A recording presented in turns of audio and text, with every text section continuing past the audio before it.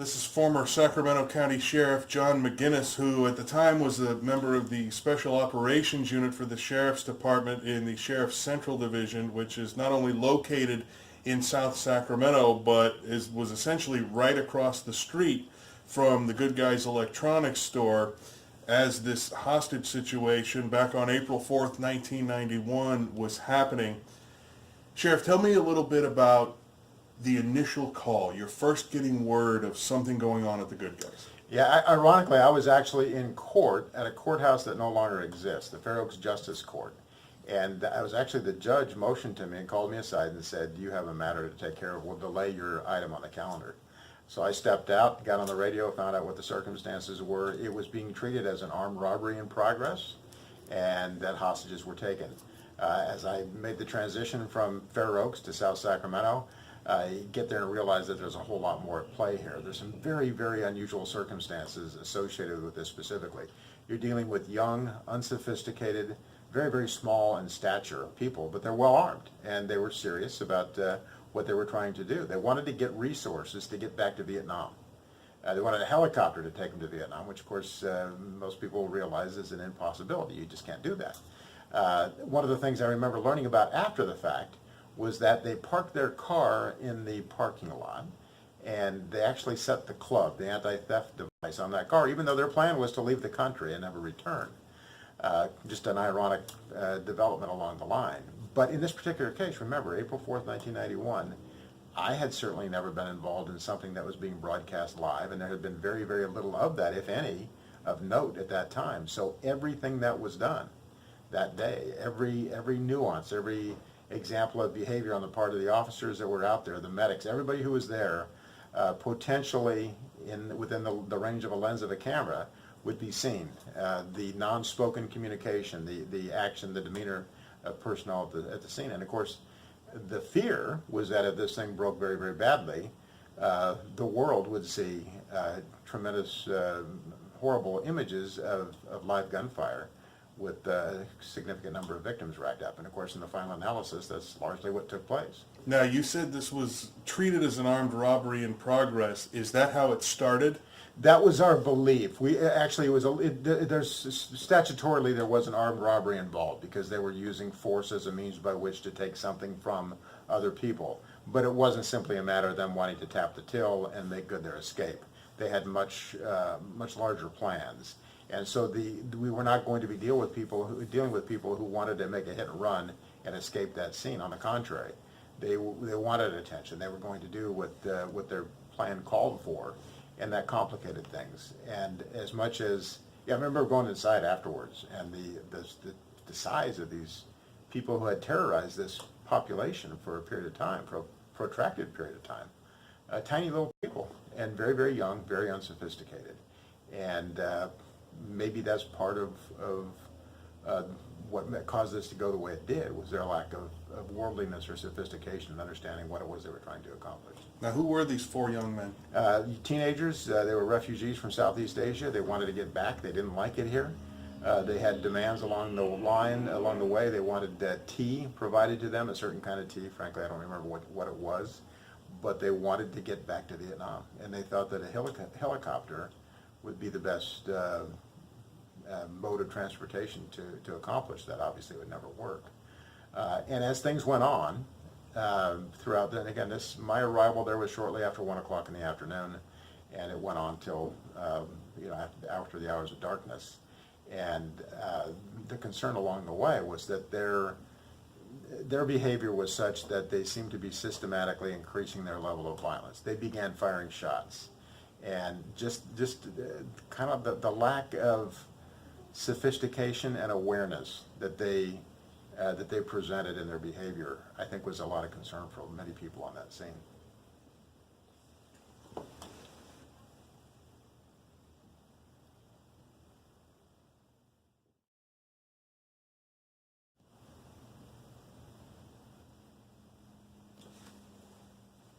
What did you learn about the people who were held hostage in the Good Guy store? Well, there's a broad cross-section of the community that finds themselves in an electronics store on a spring afternoon, and that's exactly what it was. He had a little bit of everything. One of the people who was shot by the gunman was actually wearing a booster setup, was wearing women's nylon stockings as a means by which to secrete merchandise from the store. He was there to steal things. In fact, was shot through a very tiny portable television set that he had secreted in these nylon stockings. But you had everybody. You had, in terms of backgrounds and orientation and attitudes and age, it was a broad cross-section of 40-some people that just happened to be there. All were there by choice, but none voluntarily inserted themselves into harm's way. They were not part of the crime. And so it kind of, among other things, reinforced the notion that on any given day, any one of us, through bad luck, misfortune, can find themselves in a position where something like this befalls them. And it's probably something people ought to think about a little bit as they go about life. What would you do? You know, what would you do if you smelled smoke? What would you do if you experienced some other kind of a catastrophic event?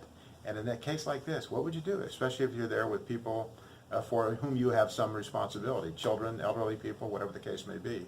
What kind of a plan of escape might you want to envision in advance? And I think many of us came away with a heightened sense of awareness along those lines. Now, in interviewing these people who were held hostage after the fact, what did the survivors say to you about the behavior of these 4 hostage takers? Largely reinforced what we had seen in terms of the erratic nature of their behavior. They became frustrated as time went on. And again, the phrase Sheriff Craig used, I remember at the time, to explain it to the public, was they had systematically increased their threat to the lives of the people inside that store. And that's exactly what it was. Where they got to the point where there were people who were posing no threat to them, not even encumbering them in their potential flight from the scene, that they shot. And that was the signal, frankly, that indicated a need for something to be done, for a plan of action to be executed to bring this thing to an end. And frankly, while it certainly was not a perfect outcome, we'll never know how much worse it could have been were it not for some incredibly brave people who secreted themselves in the back room of that business, came in and were in there under extraordinarily uncomfortable, painful positions for a long, long period of time, waiting to execute the plan when the green light was given. Okay, we'll talk about that plan in a moment, but at first I wanted to ask you about the way the hostage takers used their hostages to their advantage. Talk about that. They actually positioned hostages in front of the door and threatened them directly. Threatened at one point, they sent a young woman out to pick up a body armor, and she was actually tethered to a cord, electronic cord, and I actually went and recovered her from that location, took her to a patrol car, and whisked her out of the area. So they were very much using the hostages themselves like pawns, and to say they objectified them, I think, would be an understatement. They were something they could use as leverage to encourage the decision makers on this thing to give them what they were asking for, what they were demanding, under threat of great bodily harm. Yeah, one of the images I'll never forget about that is the ones they put up against the glass. Right, right. And that's, so you think about it, put yourself in the shoes of the people who are in there just either working in the store or in there to do business, and now you find yourself in the custody of a crazed gunman who actually advances you physically up to this glass to show the decision makers what they're going to do to you, what horrible circumstances will befall you if you don't meet the demands of the gunman. And of course, it's common accepted knowledge that you cannot give them what they want. You can't. You cannot allow this plan to go forward because there's no guarantee that the hostages will survive, and you would effectively be giving them an opportunity to do far worse to a greater group of people. So and again, the real time, very, very rapid, and completely and totally broadcast live images of this thing taking place were something that, frankly, we had not experienced before. How cooperative was the media at the time in terms of doing their job while not interfering with yours? Actually, they were very decent about it, I'd say. I was, for a period of time, up on the roof. And when I realized what was going on, I looked down and frankly, I saw a KCRA photographer and reporter by the name of Alicia Malaby, who was at KCRA at the time. And I didn't know her personally at that time. I later got to know her. But they were shooting the image of me on top of that roof. And I asked, is this going to be broadcast live? And they said, no, we'll make sure it doesn't. And in fact, we'll quit doing it. So this was something they were going to use to be broadcast at a later time. They were mindful of it. The sheriff at the time was Glenn Craig, a very, very gifted communicator, and he engaged with the media, I think, very effectively, and actually got a lot of praise and credit for the manner in which he handled it. This was pretty new to him, too. He had been the commissioner of the California Highway Patrol and the director of Division of Law Enforcement at DOJ, but in terms of this kind of law enforcement event or activity, it was brand new to him, and you would never know it based upon the manner in which he executed his duties. He did a very fine job, and I think a lot of the people charged with the responsibility of bringing some safety to that equation were grateful for the manner in which he handled it. Even though it was new, any thought to getting the media's assistance in terms of maybe throwing the hostages off the hostage takers rather off their game?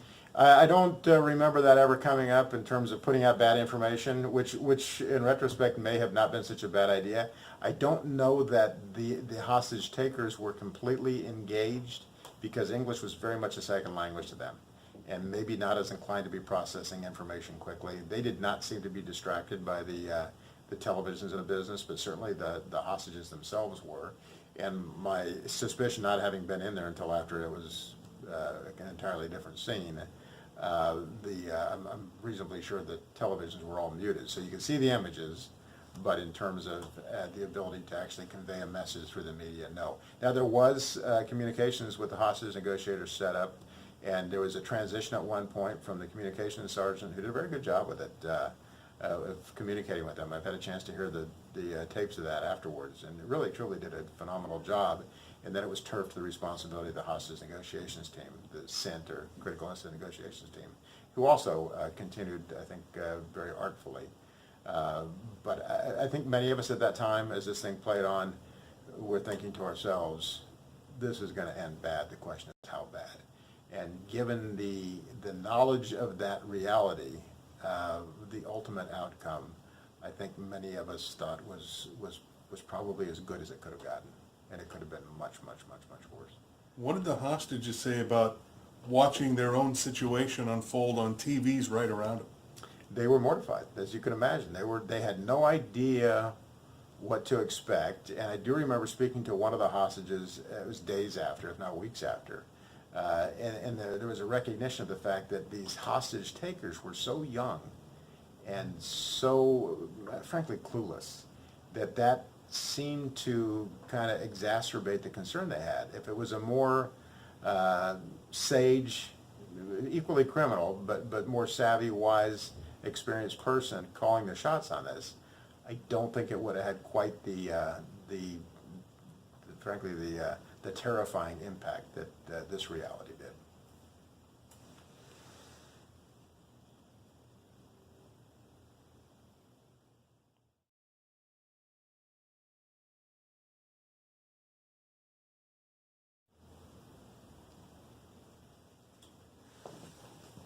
What kind of weapons did the hostage takers have? Gosh, I think I'd remember. I honestly don't remember. But it's safe to say high-powered rifles, Oh yeah. semi-automatic. And there was also in the car where we found the club was set. We found a receipt from one of the retail ammunition wholesalers or retailers that indicated that they had purchased a large amount of ammunition. Specifically, it's odd, I don't remember what they had. I remember the shots being fired, and I just couldn't tell you what it was. Do you know where they got them? Legally or off yeah, the I think street? the ammunition at least was legally purchased from I hate to say Big Five, but I think it was Big Five. I don't know, so we'll qualify that. But it was a retail store. There were receipts in the car for the ammunition. Okay, Yeah. so, and this next series of questions is obviously without compromising any police or sheriff's tactics, but you're starting to formulate a plan. The Special Operations Unit has come together.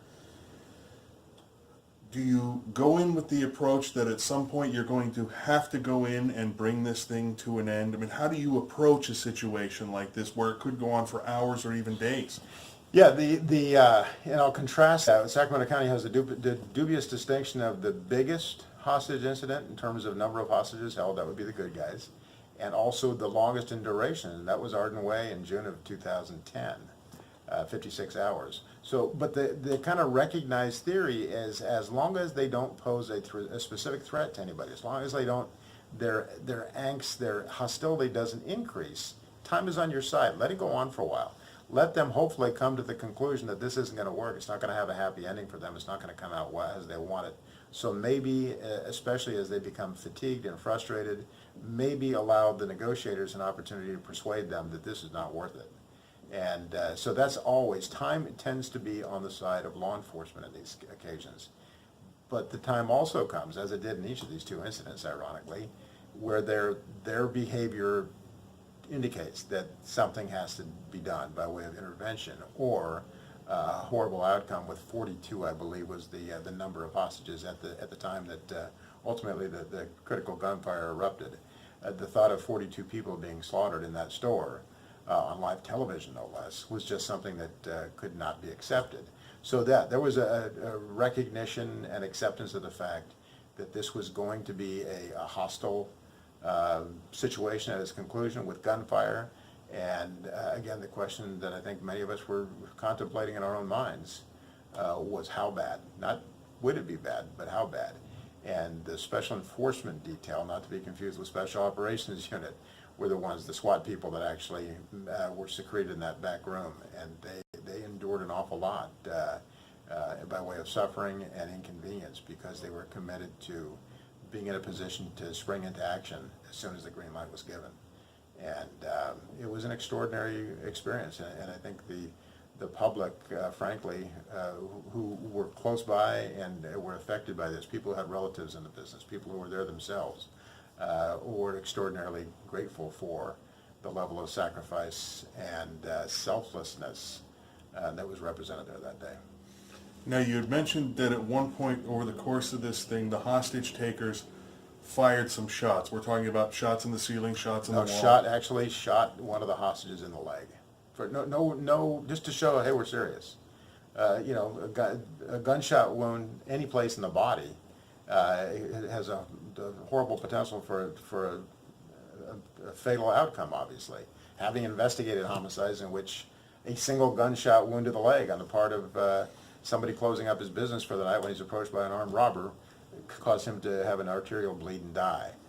So that level of deadly force being used against somebody who'd had no ability or inclination to resist or to bring any harm to the hostage taker really truly signaled the fact that something had to change. And that was the acceptance on the part of the sheriff. And it was the first time in my career that I had ever seen the chief executive of the department at a scene of something like this. It just never happened. That's the sheriff and the chiefs and even the commanders typically stay out of the operation and are there to provide resources via telephone and radio, but not to be at the scene. So this was, for a large law enforcement agency to have the chief executive at the scene was a first for me. So when those shots, or I don't know how many shots were fired that injured the man, was it a man? Yes. Okay. Does that then change the tactic? You think maybe it's time to speed things up? Yes, that's exactly what happened. That was the recognition of the fact that their behavior was coming systematically destructive, and that was when the sheriff's department's reaction to their activity had to be different. And when you have one person shot under the circumstances that were represented there, it's an indicator that bad things are likely to occur. And thinking above all else about the welfare of those 40-odd people in that business, you have to take action, you have to intervene. And is the logic there then, it might be hard to avoid loss of life, but without moving, or when we move in, we minimize loss of life? Absolutely true. Do as little damage as possible. And unfortunately, in a situation like this, you do measure the damage. You're not talking about property damage or inconvenience. You're talking about true loss of life. That's the measurable at that point, and you want to minimize that. And I saw a lot of heroic action that day. I saw a lot of selfless sacrifice and commitment to the well-being of the people in that store. none of whom had ever met the members of the SWAT team, for example, or anybody else at that scene. And it was, notwithstanding the fact that there were innocent lives lost, it was a period of pride, because I think the best course of action that could be taken, given the extraordinary challenge represented there, was taken, and success overall was realized. Certainly not perfection, but success overall when you have the vast majority of the hostages being able to walk out of there alive.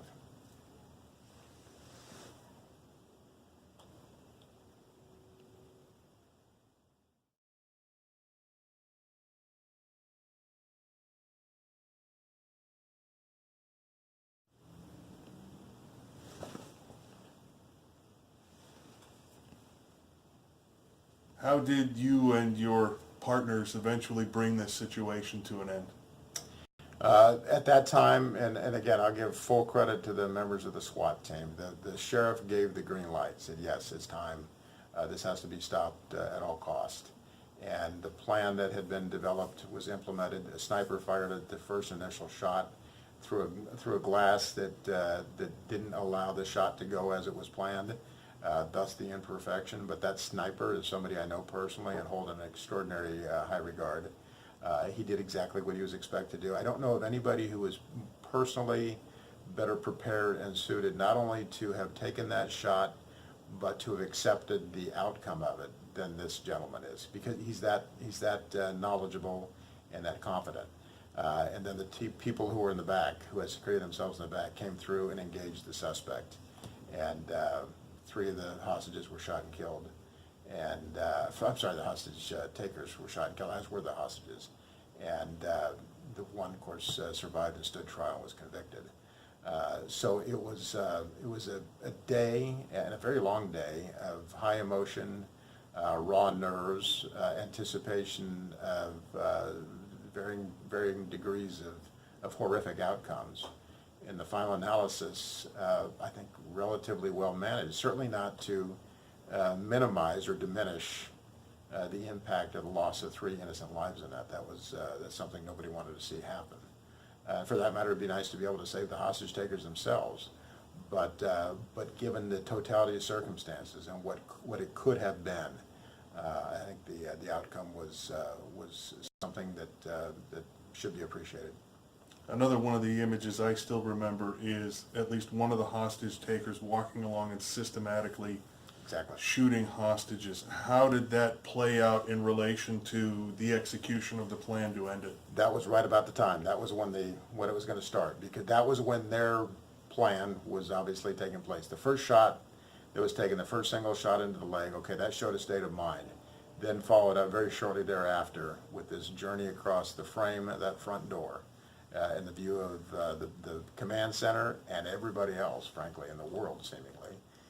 It was very clear that something had to be done by way of intervention. And again, perfection was not going to be realized that day, but minimal loss of life was the goal. And I think minimal loss of life, given the relative numbers, was something in which people can find a level of comfort. Did some of your colleagues have to stand by and watch as these people were shot? And I mean, how do you cope with a situation like that in your job? We were all right there, and that's exactly the thing you don't want to see. And by the way, we're all peers, and we all have families we socialize together with, and you're worried about the welfare of your partners. I had my family was growing at the time. I was expecting another child. One of my very close friends and partners that day was in the exact same shoes. I'm worried about him. He's worried about me. Our families were watching this play out on live television. So it was extraordinary. Most of it I don't think you contemplate at the time, but certainly in the days after you give it a lot of thought. And I'll say this, I think everybody who was involved in that day has a reason to be proud. Some made sacrifices far greater than others, and that's very definitely acknowledged. And I think by virtue of the collective goodwill of the people involved, everybody came through it, I think, whole. I've not heard of any major consequences befalling anybody as a result of that horrific day. All right, former Sacramento County Sheriff John McGinnis, thanks for sharing your memories of that horrible day. My pleasure.